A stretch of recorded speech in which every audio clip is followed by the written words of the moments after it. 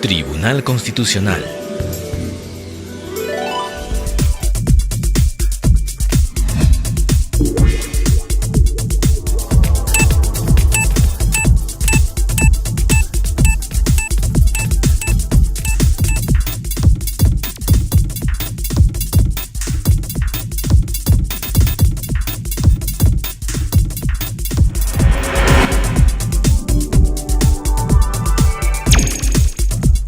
Bienvenidos a la edición del lunes 15 de octubre de 2012 de su noticiero TC al Día, programa producido por el Tribunal Constitucional.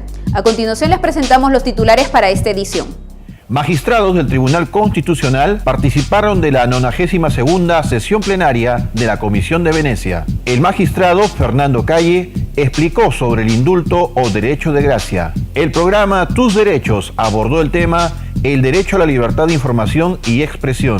El director general del Centro de Estudios Constitucionales, magistrado Gerardo Eto Cruz, presentó en México el libro de su autoría, El desarrollo del derecho procesal constitucional.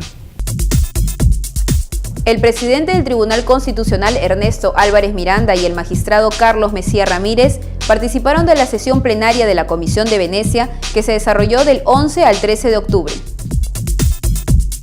De acuerdo con el programa, el jueves 11 se realizaron las reuniones de la Subcomisión de Asuntos Judiciales y de Derechos Fundamentales, en el que se intercambiaron diferentes puntos de vista. El viernes 12, por la mañana, ocurrió la primera sesión plenaria y por la tarde se realizó la reunión con el presidente de la Comisión Europea para la Democracia, Gianni Bochicchio. En la cita se habló sobre la próxima conferencia internacional sobre acceso individual a la justicia constitucional que se realizará en el Perú el año 2013. Finalmente, el sábado 13 de octubre, participaron en la segunda sesión plenaria de la Comisión de Venecia. En una entrevista concedida a TV Perú, el magistrado Fernando Calle Jayén hizo un poco de historia sobre la aplicación del pedido de indulto. Bueno, con los antecedentes que hay, tengo que tener algunas limitaciones en razón de que esto podría llegar al tribunal, pero claro, eso no me impide hacer una antología. Además, yo presumo que va a verse esto con los antecedentes, podríamos hablar de una jurisprudencia en la práctica, en su momento y su tiempo, de otros indultos que se han dado. Supongo que eso lo verá la comisión, ¿no? Anteriormente. Claro. Pero en realidad este derecho de gracia, que es lo que yo podría decir, no tiene una definición constitucional ni legal, sino más bien un antecedente histórico. Es una gracia, es un poder, un medio monárquico desde tiempos muy remotos, en la cual era la potestad estrictamente del rey, ¿no? Y esto se fue manejando incluso en las cortes de Salamanca, de Barcelona, en las universidades allá por 1500, cuando se hablaba, por ejemplo, de algo que cobra una enorme vigencia. Se decía de que cuando un juez depende de la voluntad del monarca, hasta el más inocente corre peligro. Entonces, y digo hasta hoy que hay que tener cuidado, a eso habría que sumarle a si está sujeto al poder político o al poder económico, ¿no? Eso hay que verlo. Y a su pericia judicial, como dicen los jueces ordinarios o los del Poder Judicial. Claro, pero aquí se quiere deslindar el tema político, entonces, ¿no? Sí, claro. Entonces, fíjate tú, por ejemplo, Scriche, que es un viejo escritor, estamos hablando de 1851, hablaba del perdón a algunos malhechores por un servicio de alguna importancia que puedan haberle perdido a la corona, ¿no? No se olvide usted de la época de la Segunda Guerra Mundial, el famoso gángster Lucky Luciano prestó, dícese, alguna colaboración, ¿no?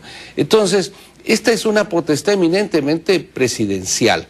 Pero hay una cosa que lo decimos a diario, pero si nosotros observamos desde 1823, todas las constituciones han dado esta potestad, en el caso peruano, al Parlamento. ¿No era el presidente de la República que tenía esta última palabra? Desde 1823, 1860, mire, inclusive la de 1933 señalaba que en caso de que esté en receso el Parlamento, el Ejecutivo podrá otorgar el derecho de gracia. La libertad de información y de expresión son derechos que se encuentran establecidos en nuestra Constitución. Pero ¿cuál es la situación actual de estos derechos y cuáles son sus límites? Este fue el tema que se abordó en el programa Tus Derechos. A continuación veamos su informe. El derecho a la libertad de expresión está vinculado estrechamente al derecho a la libertad de información, por lo cual el Estado debe garantizar su pleno ejercicio, ya que así lo disponen la Constitución y los tratados internacionales de los que el Perú es parte.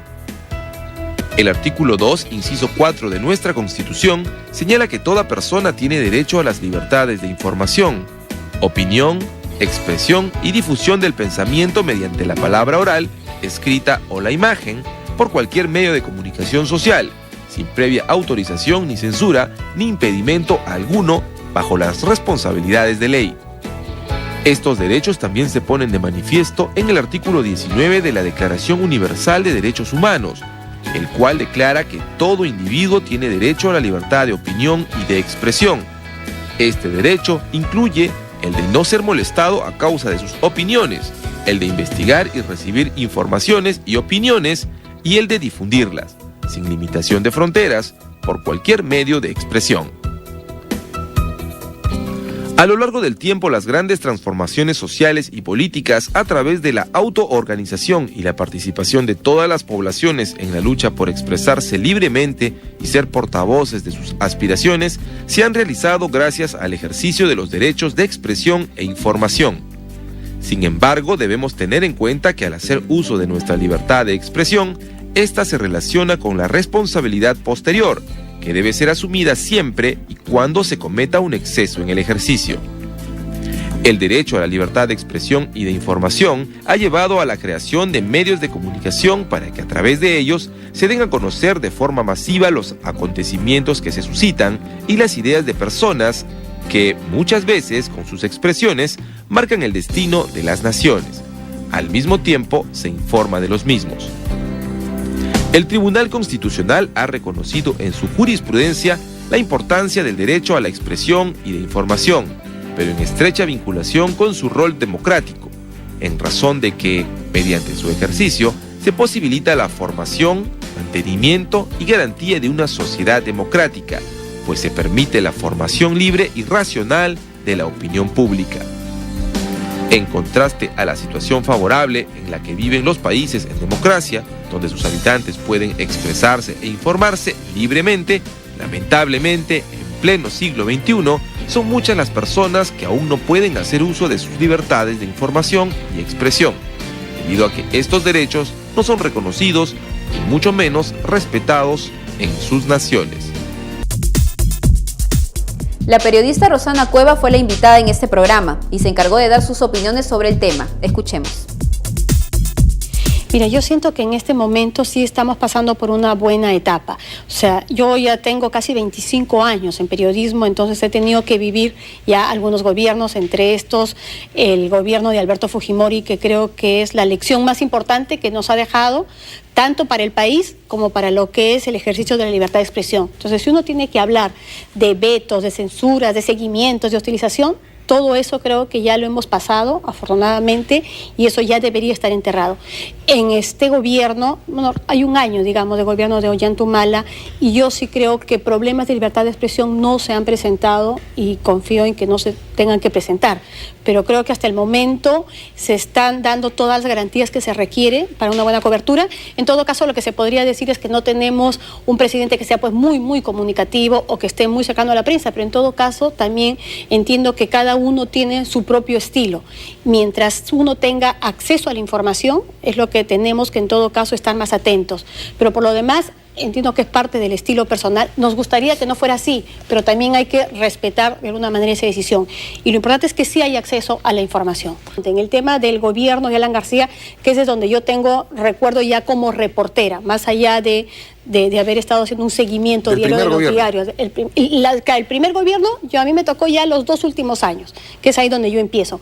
Y era una etapa en la que las denuncias por corrupción abundaban. Uno se podía simplemente decir qué institución toco y a partir de ahí uno escalaba un poquito y empezaban a salir la cantidad de denuncias.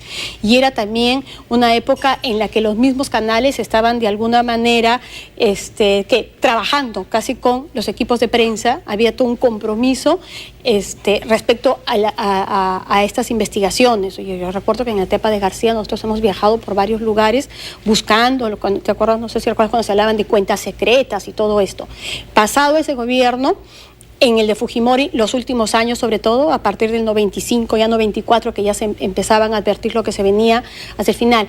Pero sí es cierto que no era solamente eso. Yo creo que también había mucho más debate político, ideológico, cosa que se ha ido perdiendo. Pero no se ha perdido solamente por el tema de que los periodistas estemos más frívolos, sino que ya no se encuentran a los polemistas de antes. O sea, yo recuerdo cuando yo tenía que ir a cubrir el Congreso de la República, tener que entrevistar en esos 2 últimos años de García, pues a Bobby Ramírez del Villar, a Luis Alberto Sánchez, a Larco Cox. Ese tipo de congresistas ya no los estamos encontrando. Entonces, es de alguna manera ese reflejo que de esta sociedad. Entonces, ya no tienes en el ring de box con quién debatir también a ese nivel. También yo sí creo que dentro de lo que es el periodismo de investigación no se puede dejar de lado lo que es el Estado de Derecho o el debido proceso.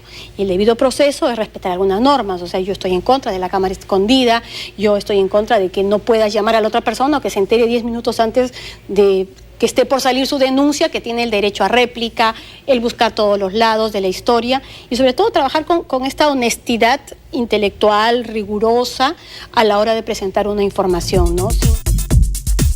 El director general del Centro de Estudios Constitucionales, magistrado Gerardo Eto Cruz, viajó hasta la Ciudad de México para presentar su más reciente publicación titulada El desarrollo del derecho procesal constitucional a partir de la jurisprudencia del Tribunal Constitucional peruano.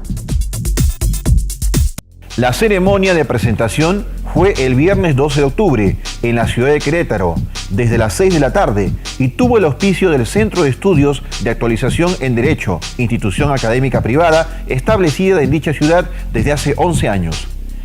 A partir de dicha presentación, el magistrado Gerardo Eto Cruz disertó sobre el desarrollo de la actual jurisdicción constitucional en el Perú. Dicha obra, igualmente, se ha publicado en Bogotá, bajo el sello editorial Temis de Colombia, y pronto se publicará la 5ª edición en nuestro país.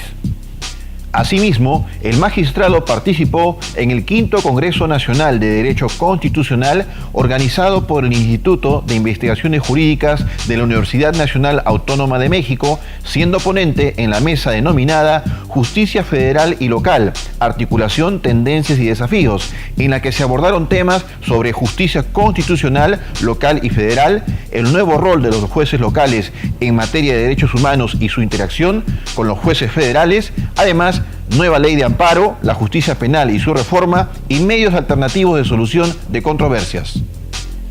Para este tema, compartió la mesa junto con el moderador Edgar Corso y los ponentes José Antonio Caballero, Enrique Carpizo, Ana Laura Magaloni y José Roldán.